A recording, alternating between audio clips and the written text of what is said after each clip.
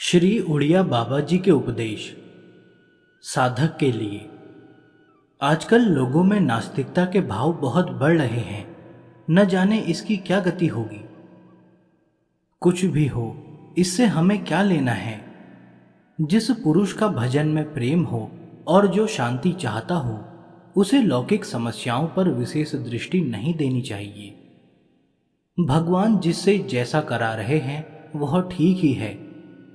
जिनकी स्थूल दृष्टि है उन्हें श्रद्धालुओं की बातें अविश्वसनीय जान पड़ती हैं और तत्वदर्शियों को स्थूल जगत में आस्था नहीं होती।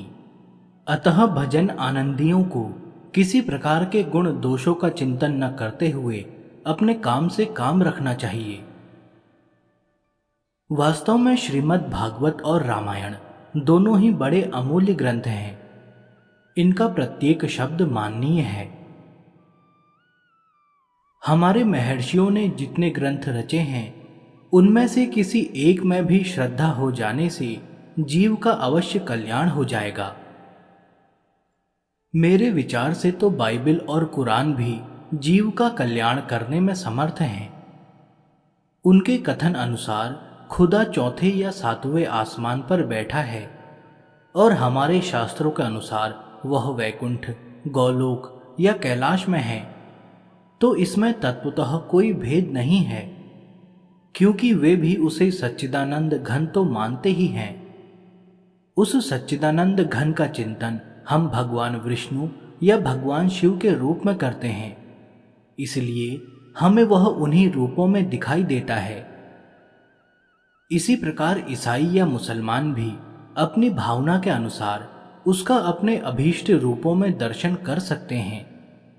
वह तो सर्वसमर्थ है, इसलिए सभी रूपों में प्रकट हो सकता है। हमें योग सीखना चाहिए या नहीं? अरे बस केवल भगवान नाम जप करते रहो और भगवान नाम का ही कीर्तन करो, इसी से सब कुछ हो जाएगा। महाराज जी, हमारे यहाँ एक महात्मा पधारे हुए हैं। वे सबको ध्यान लगाना सिखाते हैं। आजकल ऐसे बहुत योगी घूमते हैं। अलीगढ़ में एक योगी आए थे। वे 5 रुपए लेकर सबको योग सिखाते थे। कई लोगों ने रुपया देकर उनसे योग सीखा, किंतु उनमें से अधिकांश पागल बन गए। भैया, योग और भोग सीखने की चीज नहीं है। वे समय आने पर स्वतः प्राप्त होते हैं। बस भजन करते रहना चाहिए, यही ठीक है। मनुष्य का स्वतंत्र रहना अच्छा है या परतंत्र? परतंत्र। स्वतंत्रता का अर्थ है अपने भीतर जैसा स्फुरण हो उसी के अनुसार कार्य करना। ऐसा तो सिद्ध पुरुष ही कर सकते हैं। सामान्य मनुष्यों को तो ईश्वर, शास्त्र और गुरुदेव के अधीन ही रहना चाहिए। संसार में रहते हुए इस प्रकार की परतंत्रता तो सिद्धों में भी रहती है। यहाँ तक कि अवतार लेने पर ईश्वर को भी परतंत्र रहना पड़ता है। देखो, स्वयं भगवान राम भी प्रातः काल होते ही गुरुदेव से पहले उठकर उनके पास जाते और उन्हें प्रणाम आदि करते थे। व्यवहारी की स्वतंत्रता तो ईश्वर, पशु या गंगा तीर पर विचरने वाले सिद्धों में ही रह सकती है। यदि जीव स्वतंत्र होकर आचरण करेगा तो अपने धर्म से भ्रष्ट हो जाएगा। जिसका मन एकाग्र हो, विषय में आसक्ति न हो तथा जिसे किसी नवीन विषय में इच्छा न हो, वह भगवान को प्राप्त कर सकता है। विषय की महान शक्ति ही ज्ञानी, भक्त और विद्वान को क्षोभ करा देती है। अतः विषय चिंतन नहीं करना चाहिए। इंद्रियों में विचरने वाला पुरुष का मन विषय में आसक्त हो जाता है। इसलिए मैं तुम्हें यह सिद्धांत की बात बताता हूं कि तुम विषय त्याग करने के लिए सर्वदा वीर बने रहो। विषयों के प्रति सर्वदा सावधान रहो। साधक के लिए विषयी पुरुष का संग और विषय में प्रेम ये पतन के कारण है। ईश्वर में प्रेम होने से विषय प्रेम दूर हो जाता है। परमात्मा में चित्त आसक्त हुए बिना कोई साधक सिद्ध अवस्था को प्राप्त नहीं होगा। साधक को शरीर स्वस्थ और खान पान का संयम रखना चाहिए। भजन गुप्त रूप से करना चाहिए। अपने को भजन आनंदी प्रकट नहीं करना चाहिए।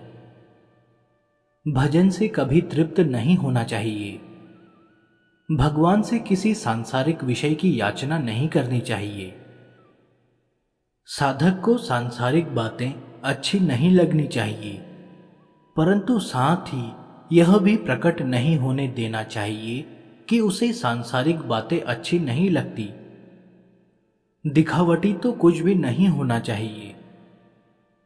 पाप कर्म, छल कपट, मान, धन और स्त्री की आसक्ति, परनिंदा और परचर्चा की आदत, गर्व, धूर्तता तथा पाखंड आदि दोषयुक्त मनुष्यों का संग, इन सब दोषों से साधक को सर्वदा दूर रहना चाहिए। पर दोष दर्शन भगवत प्राप्ति में महान विघ्न है। साधक को सांप्रदायिक झगड़ों में नहीं पड़ना चाहिए। निरंतर जप, पाठ, पूजन और ध्यान में ही समय बिताना चाहिए। एकांत स्थान में रहने का अभ्यास करना चाहिए। निद्रा या आलस्य सतावे तो ऊंचे शब्द से सद्ग्रंथ पाठ अथवा भगवान नाम का जप करना चाहिए। आसक्ति छोड़कर किए हुए सब कर्म भजन के ही अंतर्गत हैं। सब प्रकार के दुखों को शांतिपूर्वक सहना चाहिए। क्रोधी के प्रति क्षमा और वैरी के प्रति प्रेम करना चाहिए तथा अपना बुरा करने वाले के साथ भी भलाई करनी चाहिए। अपने को सबसे छोटा समझना, अभिमान न करना, किसी का दोष न देखना, किसी से घृणा न करना, कम बोलना, सदा सत्य और मीठे वचन बोलना, यथासाध्य सबकी सेवा करना, दीनों पर दया करना, विवाह उत्सव आदि जनसमूह में कम सम्मिलित होना, पापों से सावधान रहना और ईश्वर में पूर्ण विश्वास रखना, ये साधक के आवश्यक गुण हैं। सुवर्ण और स्त्री, इन दोनों से बचकर रहो। ये भगवान और जीव के बीच में खाई बनाते हैं, जिससे यमराज मुंह में धूल डालता है।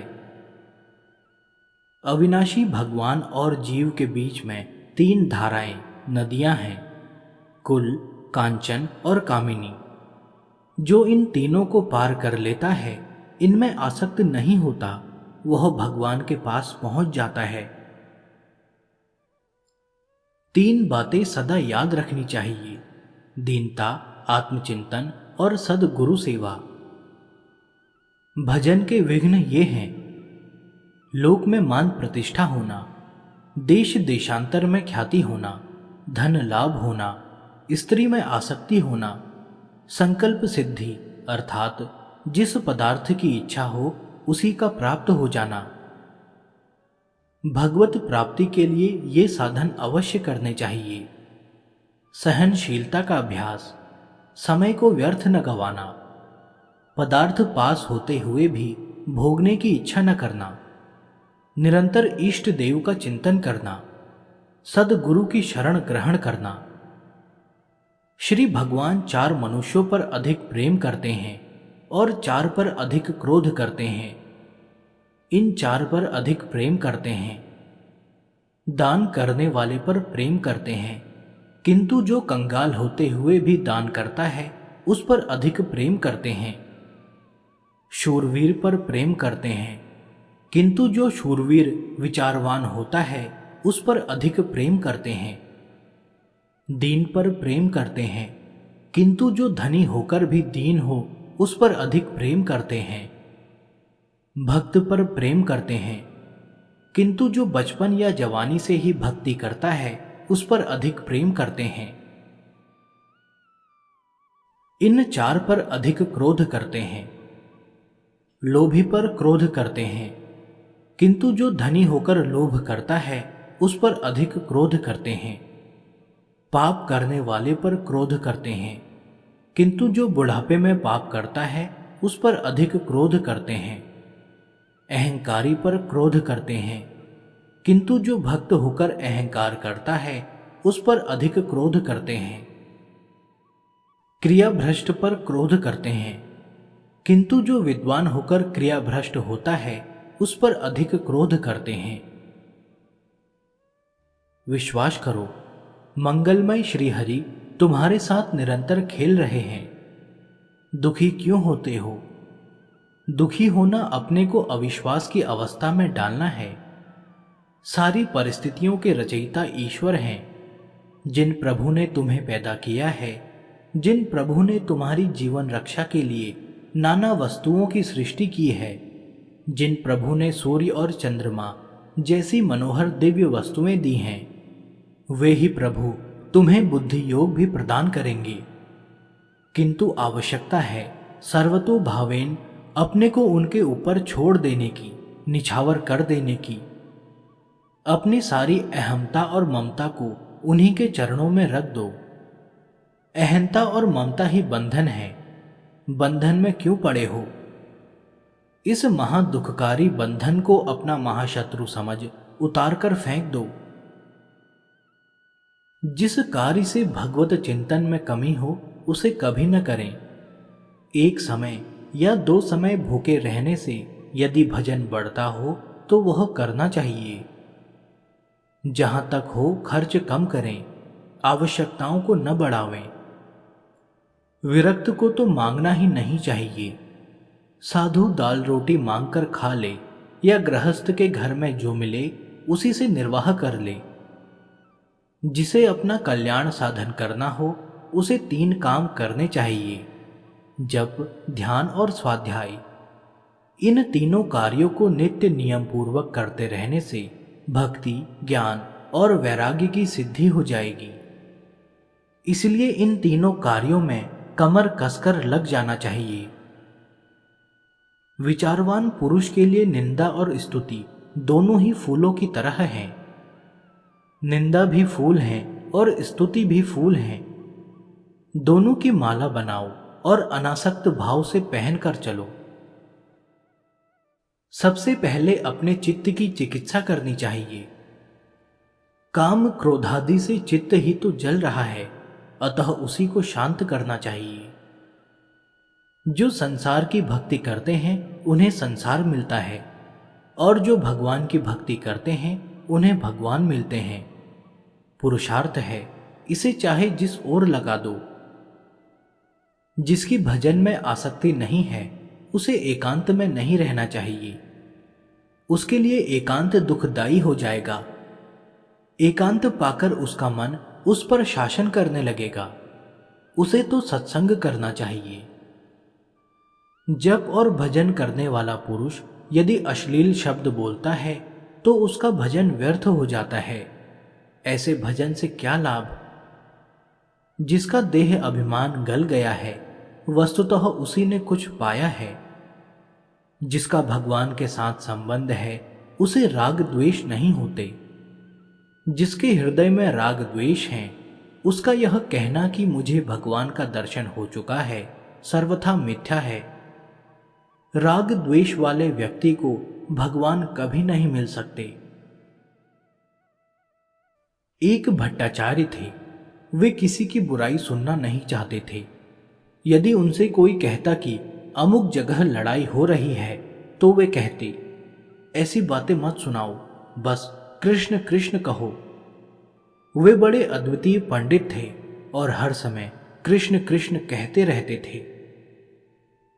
भक्त, ज्ञानी और योगी ये तीनों ही शांत रहते हैं। इन्हें व्यर्थ बातें करने की फुर्सत नहीं होती। भक्त हर समय भगवत चिंतन में लगा रहता है। ज्ञानी आत्म अनुसंधान में तत्पर रहता है और योगी प्राण स्पंदन के निरोध में लगा रहता है। इस प्रकार ये तीनों ही शांत रहते हैं, कभी व्यर्थ बात नहीं करते। जिनकी बुद्धि संसार की ओर है वे धीर नहीं कहला सकते। जिन्होंने बुद्धि को संसार की ओर से हटाकर भगवान में लगा दिया है वे ही वास्तव में धीर हैं। जो व्यक्ति कुप्रवृत्ति में तत्पर, मनुष्यत्वहीन, संसार विष्ठा का कीड़ा, पशुधर्मी, मोह में अंधा, उन्नति की आशा से रहित तथा प्रवृत्ति परायण होता है उसे भगवत प्राप्ति नहीं होती। जो व्यक्ति विचार परायण, सत्यनिष्ठ, संयमशील, शांतिकामी, दुख निवृत्ति में तत्पर, पवित्रता का ही आदर्श वाला, श्रद्धा और वीर्य को ही बंधु बनाने वाला तथा भगवान नाम का ही आभूषण पहनने वाला होता है, वह भगवान को प्रेम रज्जु से बांध लेता है। जिस प्रकार सुकरात ने प्रसन्न वदन से विषपान कर लिया किंतु सत्य को नहीं त्यागा, हरिदास ने काजी के अत्याचार से हरिनाम नहीं त्यागा, हिरण्यकश्यपु के अत्याचार से प्रहलाद विचलित नहीं हुआ, इसी प्रकार धर्मनिष्ठ, सत्यवादी और कर्तव्य परायण भगवत भक्त को भगवान निष्ठा से विचलित नहीं होना चाहिए।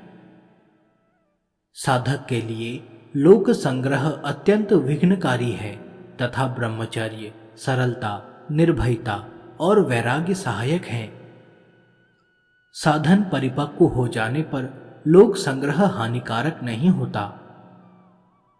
गुण दोष संसारी पुरुष ही देखता है, साधक और सिद्ध दोनों गुण दोष नहीं देख सकते, क्योंकि साधक को अपने साधन के अतिरिक्त समय नहीं होता जिसमें वह दूसरों के गुण दोष देखे, तथा सिद्ध को अपने लक्ष्य के अतिरिक्त कुछ प्रतीत ही नहीं होता, फिर वह गुण दोष किसके देखे?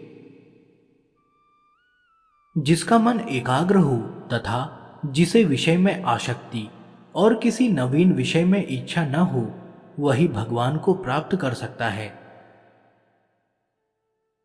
जिसके चित्त में राग द्वेष है, उसका चित्त हल्का हो जाता है और उसमें चंचलता बढ़ जाती है।